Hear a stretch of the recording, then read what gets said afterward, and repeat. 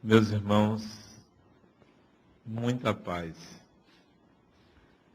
De fato, a razão pela qual nós estamos aqui é a busca pela consciência da condição de espíritos, como também a busca por um entendimento da vida, do destino, procurando também uma compreensão dos acontecimentos da nossa vida, porque as coisas são como são, porque os fenômenos acontecem, como interpretar, como lidar com a realidade, visando o alcance de um equilíbrio, da harmonia, da felicidade pessoal. Por isso que nós estamos aqui. Mas, de alguma maneira, todos nós temos a ideia de que a vida é algo misterioso, a vida é algo complexo, que nenhuma teoria sozinha é capaz de explicar, é capaz de justificar tudo. Sempre fica uma lacuna, sempre fica algo que não é muito bem entendido. Não conseguimos explicar tudo. Talvez até não seja necessário explicar tudo.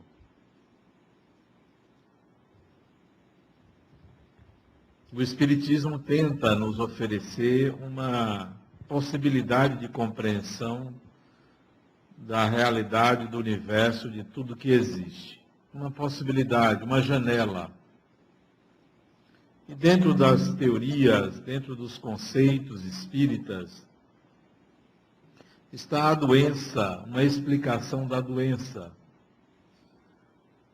E é preciso que a gente também entenda a doença como um processo natural do corpo.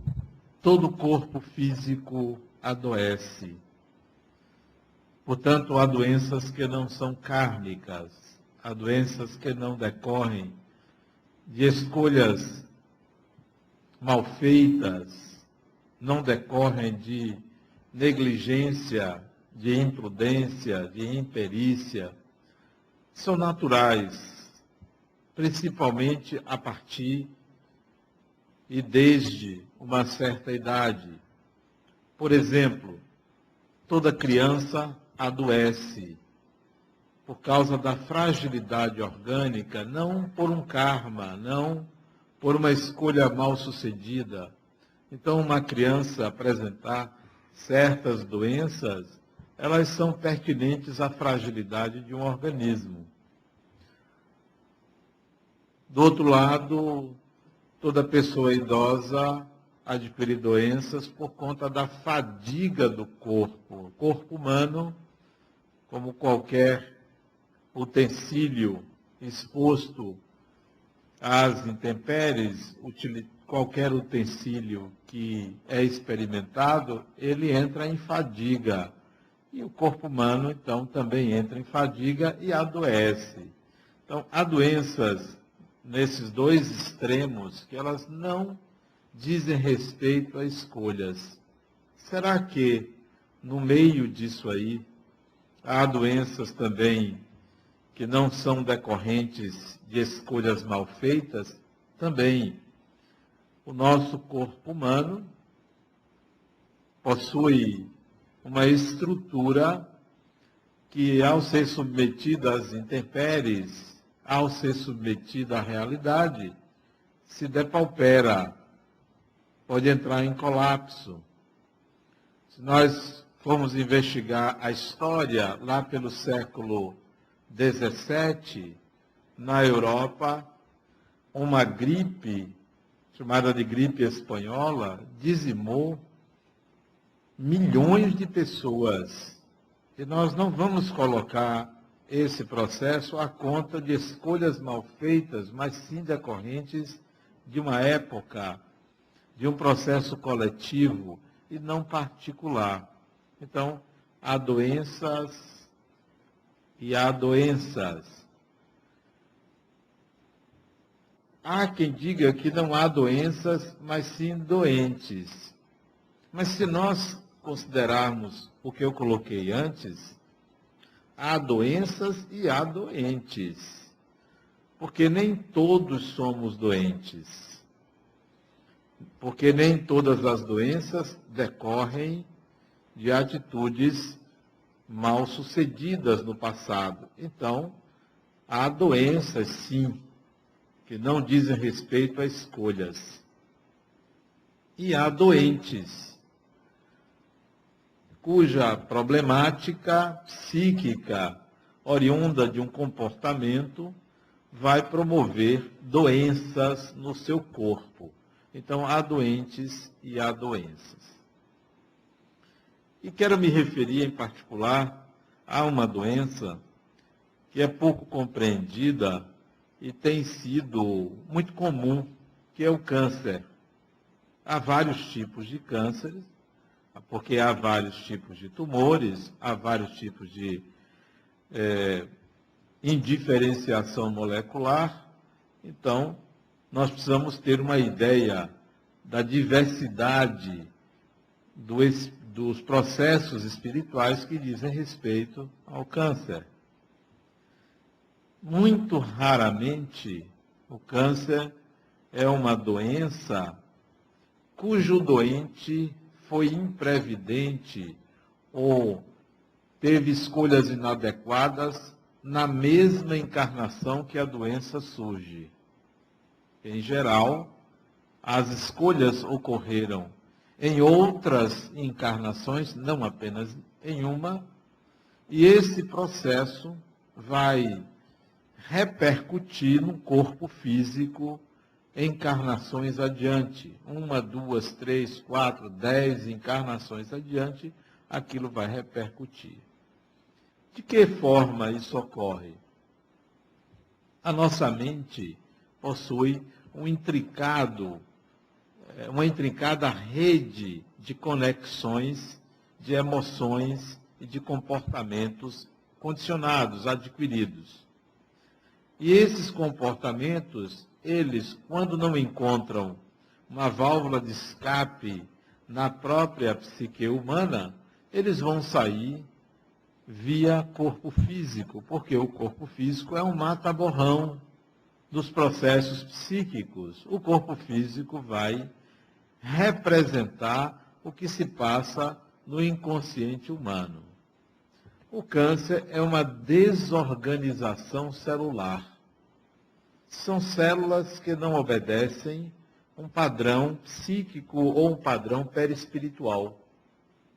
Desorganizam-se, crescem sem uma função ou uma funcionalidade prevista pelo código genético daquele tecido. É uma desorganização celular. Portanto, psiquicamente, há uma desorganização interior para que isso saia via corpo físico. Essa desorganização interior são processos mal resolvidos. São processos em que se abre e se toma atitudes e que não são muito bem fechados, concluídos pelo próprio indivíduo. Isso se soma e vai surgir 2, 3, 4, 10 encarnações depois pelo corpo físico, porque não houve a consciência do espírito a respeito daquela desorganização interna, aquele descontrole interno, então ele vai aparecer no corpo físico. Isso quer dizer que a tomada de consciência dessa desorganização psíquica poderia evitar o processo de desorganização celular. Isso quer dizer que um processo cancerígeno pode ser antecipadamente curado sem precisar que ele apareça no corpo. E mesmo tendo aparecido no corpo, ele também pode ser curado, independentemente da desordem causada no organismo. Conheço pessoas que tem tumores no corpo, vários, processos extremamente agressivos ao corpo, de causar muito sofrimento, no entanto, não levam ao desencarne. Fazem tratamentos que, em sua maioria, são tratamentos da periferia do problema, mas que não desencarnam. Outros, em muito menos tempo, com muito menor agressividade ao organismo, desencarnam muito facilmente, embora a desencarnação não seja nenhum castigo. O que eu quero dizer é que a cura, ela pode vir, mesmo que o processo esteja em curso, mesmo que os protocolos médicos apontem para uma desencarnação em X tempo, ou em algum tempo pré-definido, isso pode não se configurar. Então, a problemática que aparece no corpo é resultante de processos mal resolvidos e não conscientizados que se encontra na mente perispiritual ou no corpo perispiritual. A tomada de consciência disso, ou se não a tomada de consciência, a adoção de certas práticas de vida e de um entendimento diferente da própria vida, pode retirar a necessidade de atravessar aquela doença ou mesmo da cura, quando tudo apontaria para o contrário. Mas também é possível se ver pessoas que aceleram processos agressivos ao corpo, lesivos ao corpo, também por uma falta de entendimento, por um pedido, por um desejo. E o espírito pode desejar a sua desencarnação e acelerar processos de desorganização celular. Como também a condição de depressão, a condição de baixa autoestima, pode acelerar processos cancerígenos. Fato é que a nossa mente tem como extensão o corpo físico. A nossa natureza interior, ela vai aparecer também no corpo físico. Algumas doenças não são ruins, mas tem doenças que são muito agressivas, conseguem desestabilizar mais ainda o eu. Mas algumas não são, consegue-se relativo equilíbrio ao se atravessar aquela doença. Eu conheci uma pessoa que já desencarnou, ela desencarnou em 1994, em que ela contraiu uma doença porque ela pediu a Deus para ter aquela doença, porque ela entendeu que se ela atravessasse aquela doença, ela se adiantaria mais na evolução dela, porque havia interiormente um incômodo muito grande e ela entendia que esse incômodo só desapareceria se ela passasse por aquela doença. Ela pediu e essa doença surgiu quase 2 anos depois do pedido dela. Então, há quem acelere processos kármicos pedindo, há quem reduza esse tempo, né? Reduz a quantidade de sofrimento ou de dor.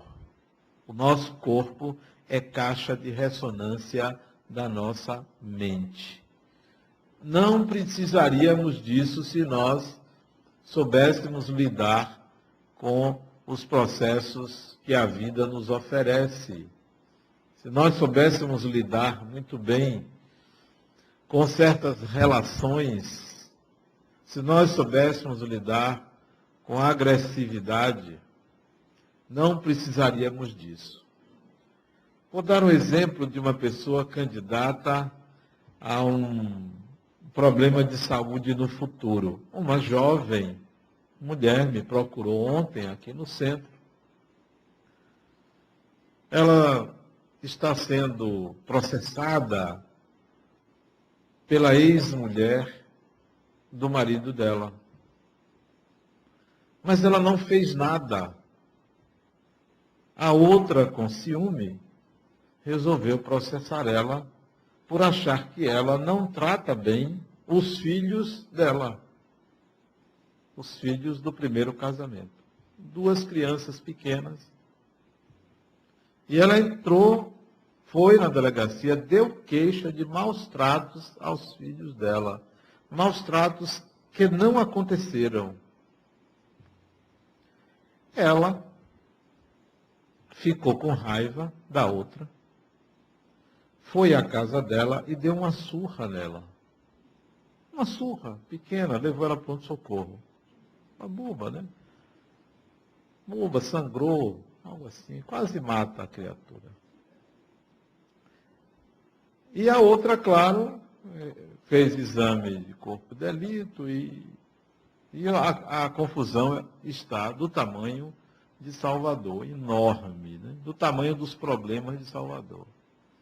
E ela veio aqui ontem para dizer como é que ela faz para tirar o ódio que ela tem da primeira mulher do seu marido. Como é que ela faz? Eu disse, isso não sai assim, não. Você é igual a ela. Vocês duas se parecem. Porque vocês usam as mesmas armas. Vocês são pessoas beligerantes. Eu disse a ela ontem.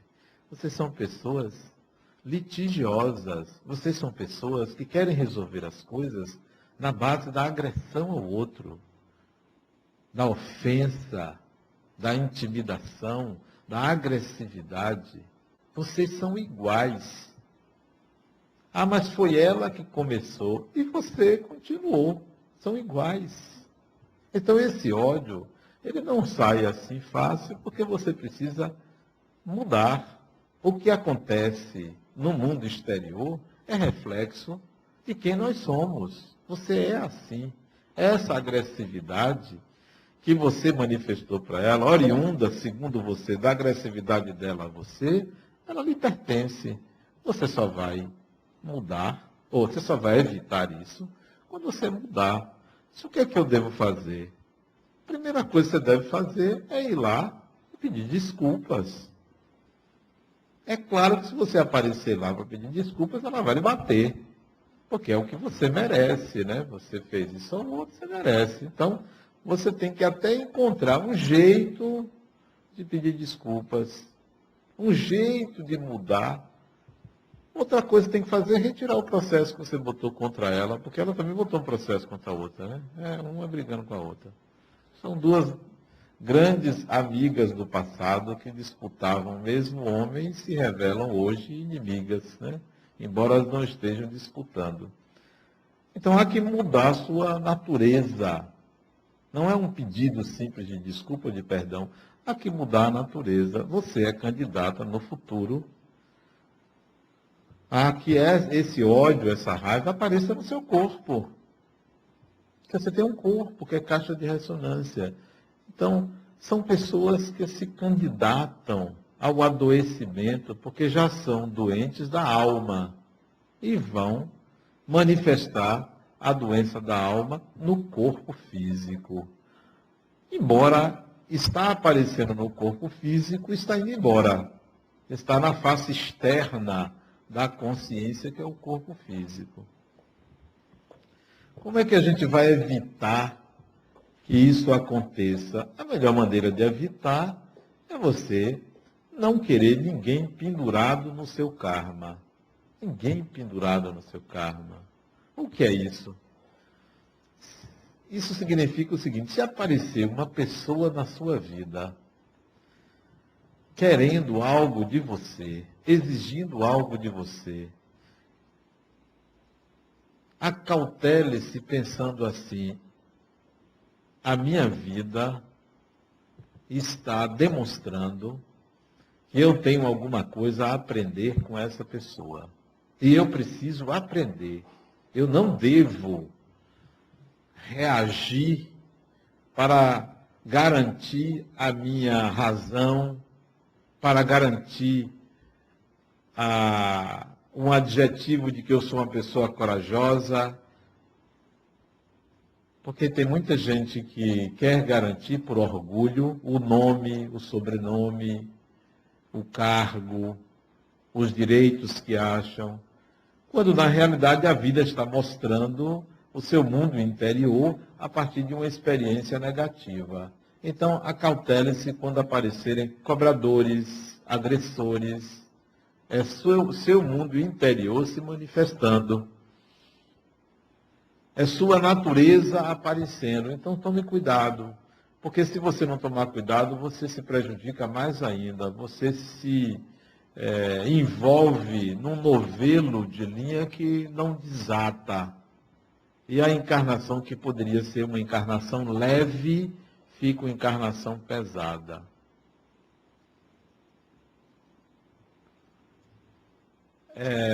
Toda pessoa que quer retirar alguma coisa de você, está lhe ensinando alguma coisa. E muito cuidado quando você tiver que defender seus direitos. É claro que a gente deve defender os nossos direitos.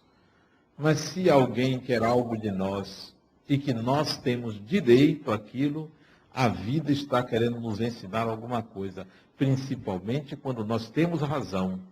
Porque quando não tem razão, nenhum problema, você já é errado por natureza, você não tem razão. Mas quando você tem razão e alguém quer lhe usurpar o seu direito, cuidado, a lição está em curso. Se você não souber agir, você vai continuar um litígio antigo. Não vai mudar a sua natureza exatamente porque você tem razão. Exatamente porque você acredita que é seu direito. E é preciso aprender a exercer o próprio direito. Senão, isso se transforma numa avalanche de processos e que vão resultar, esses processos, num risco para a nossa evolução, porque a gente vai viver escravo do outro, vai viver devendo ao outro, vai viver sendo cobrado pelo outro. Então, não queira ninguém pendurado na sua evolução. É melhor abdicar, é melhor entregar. Isso é igual ao ladrão. Ele vem roubar, é melhor entregar. Porque você não vai brigar com o ladrão, você acaba, ele é mais experiente, porque ele está disposto a isso, você acaba perdendo, então é melhor entregar. Então, mesmo tendo razão, mesmo tendo direito, mesmo lhe pertencendo ao objeto, é melhor entregar. Leve, vá. Assim como Deus me deu condições de ter um, vai me dar para ter outro. E se está me retirando, a vida está me dizendo que não me pertence. Então, assim são outros processos que a gente não quer abdicar, porque a gente evoca o direito. Esse direito ele é relativo, porque quando a desencarnação vem, ninguém leva absolutamente nada. Ninguém leva, nem o nome leva. Não pertence a gente, o nome pertenceu aos pais, porque foi dado pelos pais, pertenceu à família, foi dado pela família. Nem o nome a gente leva, nós só levamos aquilo que nós aprendemos a nos capacitar, nos habilitar.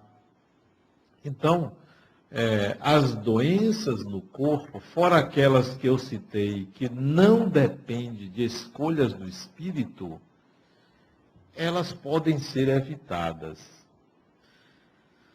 Quando nós buscamos a cura, seja pelos meios médicos, seja por técnicas alternativas ou complementares, nós vamos mobilizar a nossa vontade, o nosso desejo de ficar bom.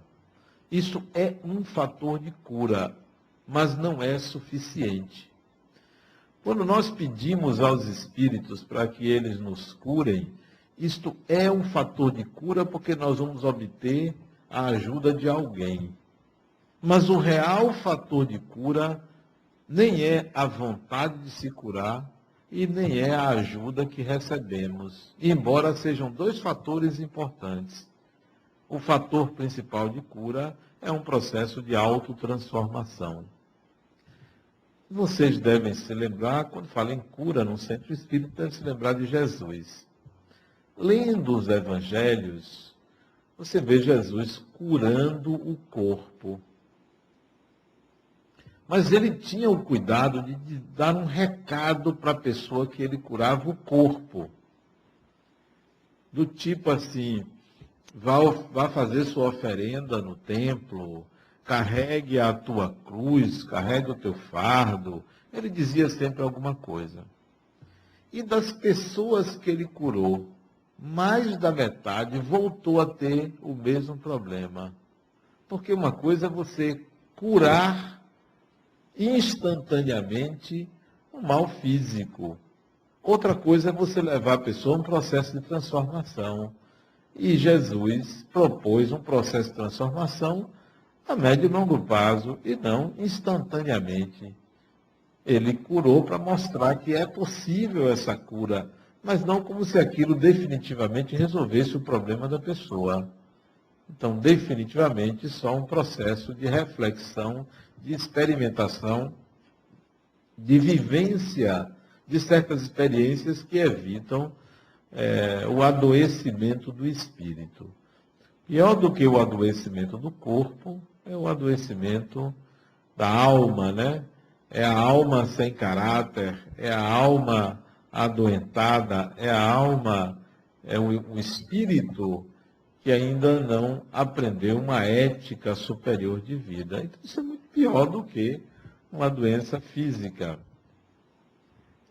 Eu tenho uma paciente que o corpo dela apresenta vários sintomas agressivos, né, de uma doença extremamente grave e que leva à desencarnação.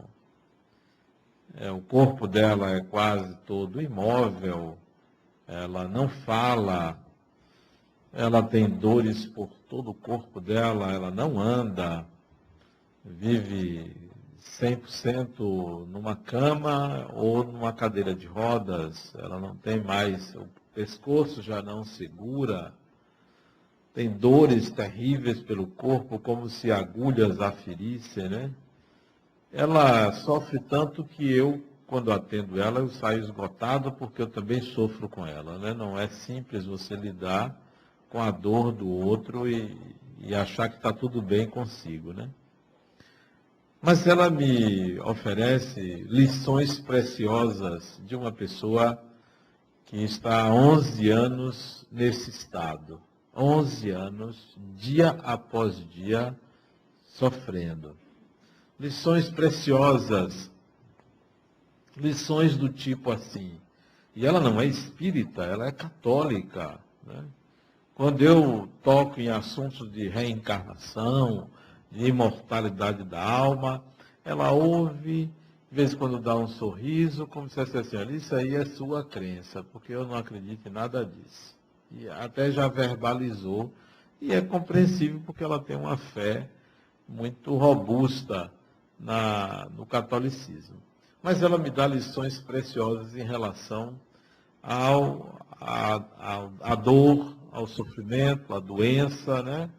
Porque eu às vezes pergunto a ela quando é que ela vai desencarnar. Eu sempre gosto de perguntar à pessoa que está doente quando é que vai desencarnar, para a gente ter uma ideia, não deixar de vir e não saber que a pessoa desencarnou, né?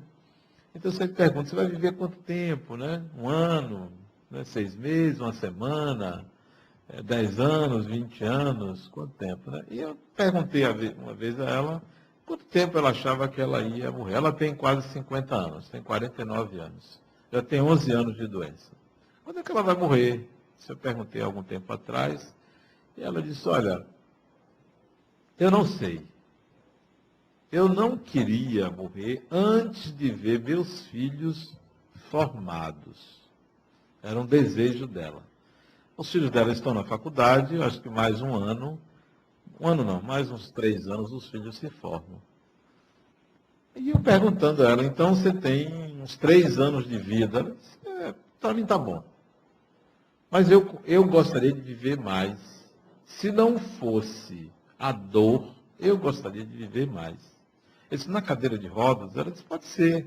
Na cadeira de rodas, pode ser deitada. Eu gostaria de viver mais. E eu perguntei, para que você quer viver mais? Qual é a necessidade de você viver numa cama, imóvel, com dificuldade de falar, porque ela fala através de um aparelho.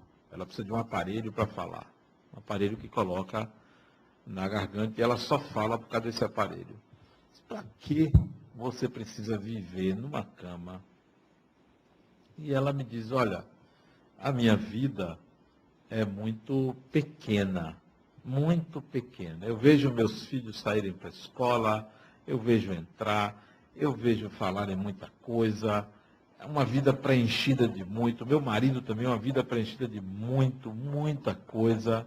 Minha vida é pequena. Eu fico aqui deitada, assisto televisão, como, me levam para a varanda para eu tomar sol. Minha vida é muito pequena. Eu disse, então, para que você ficar vivendo? Para que ficar nesse corpo? Isso provocando ela, não porque eu desejasse que ela desencarnasse. Ela disse, olha, eu acho que eu fico pensando tanto nesse tempo que eu devo ter sido uma pessoa que não pensava, que fazia as coisas automaticamente. E eu estou aprendendo a pensar. E eu quero viver porque eu quero aprender a pensar. Observe a simplicidade de raciocínio e, ao mesmo tempo, a profundidade. Aprender a pensar, aprender a refletir. Que talvez seja assim, eu preciso aprender a viver de uma forma mais leve, mais suave, de uma forma mais tranquila. E muita gente vive de uma forma absurdamente agitada. Vive como se estivesse numa corrida de automóvel, vive como se estivesse à beira de um abismo, vive como se estivesse pressionado pelo tempo, né? Ora, nós temos muitas vidas e ela, mesmo não acreditando em muitas vidas, ela acha que ela precisa aprender a viver, que ela tem uma vida menos agitada, uma vida prática, porque a vida mental dela tem que lhe ser útil para ela aprender a viver. É a sabedoria que você pode encontrar numa pessoa que, mesmo estando diante de uma doença grave, pode lhe ensinar muita coisa. A doença no corpo, ela é um meio de regulação. Ela regula aquilo que o espírito não consegue entender, vai aparecer como doença. Se não há possibilidade do adoecimento, não há compreensão de que alguma coisa precisa ser revista, entendida, compreendida. A doença é um aviso, é um sinal, não é uma punição, é um sinal. É igual a dor. A dor é um sinal de que algo está com defeito no corpo. Porque a dor é física, o sofrimento é psíquico. Então a dor é um aviso, olha, tem uma coisa que não está funcionando adequadamente, por isso que está doendo. Já o sofrimento, alguma coisa não está funcionando adequadamente na nossa mente, por isso que eu sofro. Só sofre exatamente quem não consegue lidar com seus processos internos e externos. A cura do corpo necessariamente deveria acontecer a partir da cura da alma, não o inverso. Mas o recurso que nós temos é curar o corpo. Vamos ao médico, há a prescrição de uma medicação para curar o corpo. Só que nós não atentamos que a doença do corpo advém de um problema da alma. Fora daquele espectro que eu coloquei, vem de um problema da alma. Então, além de procurar os meios médicos adequados que nós temos que procurar, deveríamos buscar o para que a doença. Qual é o sentido de tê-la? Qual é o significado de tê-la? Esses dias uma amiga minha teve um problema de coração. Teve um piripaque no coração e foi parar no hospital. Ficou uma semana no hospital. Fez vários exames, tomou remédios, teve uma arritmia, né? Não foi infarto, foi uma arritmia, uma descompensação cardíaca, né? E aí eu recebi um e-mail dela: Adenauer, preciso conversar com você para saber para que isso aconteceu com o meu coração. Para quê? Preciso descobrir isso. Isso não pode ficar assim. Tomei remédio, fiquei boa, estou ótimo. Os médicos dizem que meu coração está ótimo, não tem problema. Mas eu preciso saber o porquê disso acontecer. O que é que a vida quer me ensinar. Então, essa é a preocupação que nós devemos ter. O que é que a vida quer nos ensinar com um problema que vem até o corpo, com um problema grave, com um problema sério. Mas isso não é com tudo, né? Ah, eu estou com dor de dente, o que é que eu fiz no passado? Não, você precisa escovar os dentes, ir ao dentista, você não cuidou bem, então não é nada do passado, né? Eu estou com uma coceira, o que foi isso? Não, isso é sujeira, né? Coceira é sujeira. Você precisa tomar banho mais vezes, né? Usar um sabão adequado, né? O ratinho, quando ele se lambe, o gato, quando se lambe, isso é sujeira, ele está tirando a sujeira, né? É um animal limpo, por sinal, e quer se limpar. Então, quando a gente está coçando, é sujeira. Então, é melhor tomar um banho do que perguntar se aquilo é karma, né? Tem gente que qualquer coisa acha que é um problema no passado, né? Tem essa ideia equivocada de causalidade de algo do passado com o presente, né? Bom, mas tem um outro processo de cura que quero falar a vocês, que eu acho que está faltando entre nós. Nós temos um hábito aprendido na religião de conexão com Deus. Uma conexão meio que externa. E isso, para mim, significa um afastamento de Deus. As pessoas se afastam de Deus porque o creem ou o veem fora da sua própria vida. Condicionaram-se a uma relação com Deus como quem se relaciona com um pai, com uma mãe, como quem se relaciona com uma figura poderosa. Então, nós fomos condicionados a uma relação com o divino distanciada. E aí nós estamos em busca desse divino para que nos cure. Quando esse divino não é exterior ao ser humano, não está desconectado do ser humano. O ser humano nunca se desligou do divino. Ele não sabe como perceber a sua sempre conexão com o divino. Ele não tem consciência da sua sempre e eterna comunicação com o divino. Então, nós buscamos nos comunicar com o divino como se fosse algo exterior. Nós precisamos de um entendimento de Deus.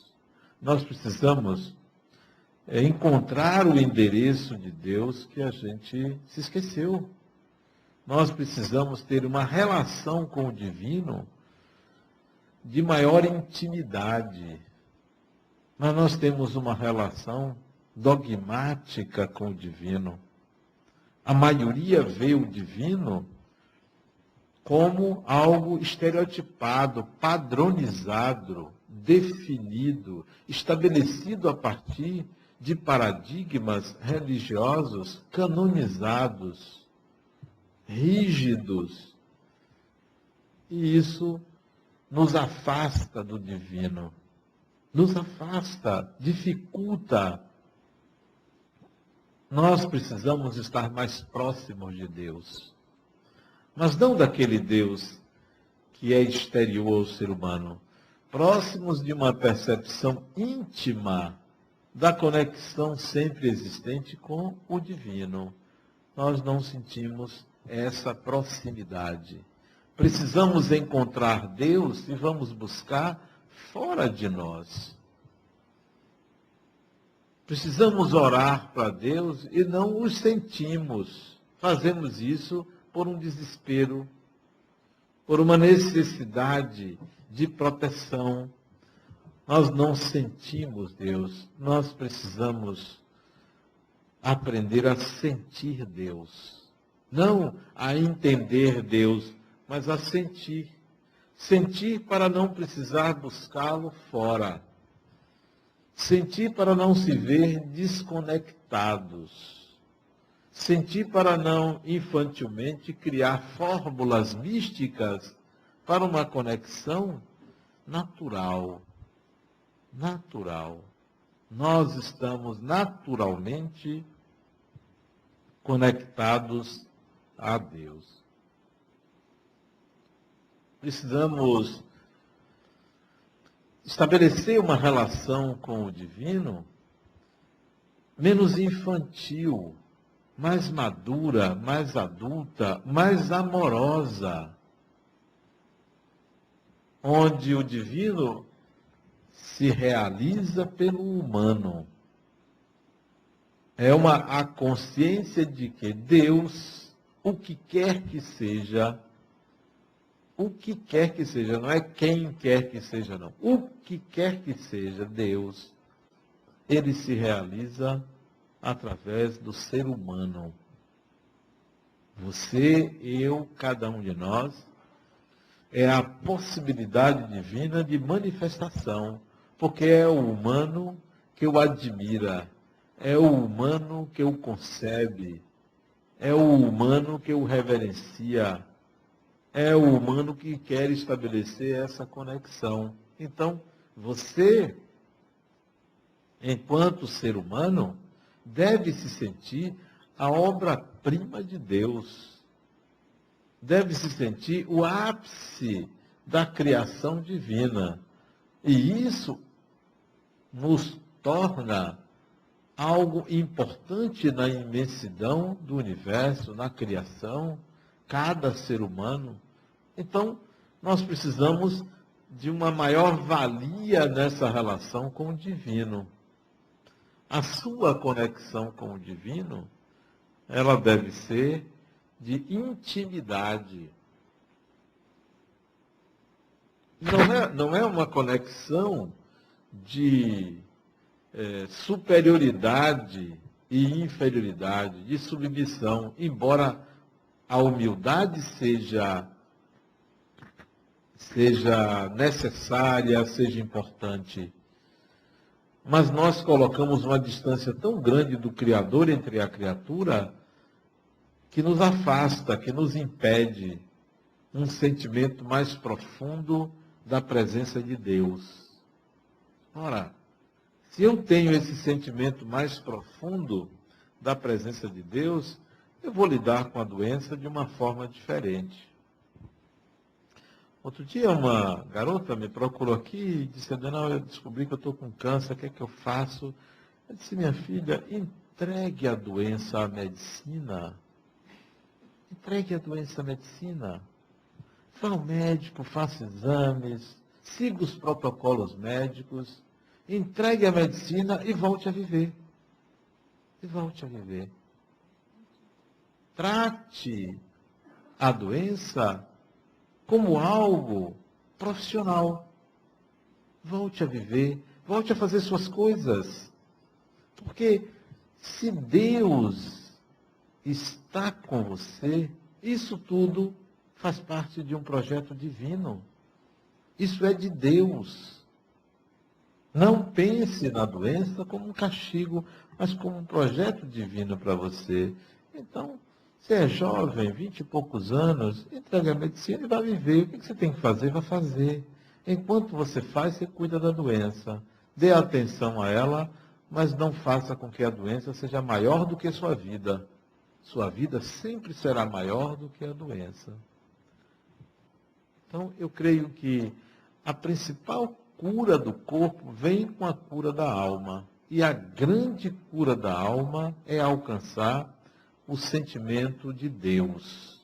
O sentimento de que está em Deus, está com Deus, está em presença divina e ser o seu principal fruto, o seu principal objetivo.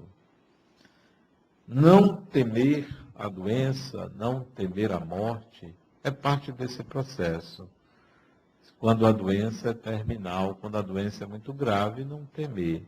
É entender que há desígnios divinos que escapam à compreensão humana e que nós só vamos entender depois de certo tempo, depois de ter alcançado certa sabedoria, a gente vai entender aqueles processos. O que diz que a gente deve, então, agir com calma, parcimônia, com tranquilidade diante daquilo que a gente não entende ou não consegue mudar. O Espiritismo oferece um roteiro, oferece o Evangelho, oferece a compreensão da imortalidade da alma como meios de que a gente alcance a cura, e eu convido todos ao conhecimento desses meios, né, de como, de fato, mudar a sua história, o seu destino, a partir do esclarecimento, a partir do conhecimento. Muita paz.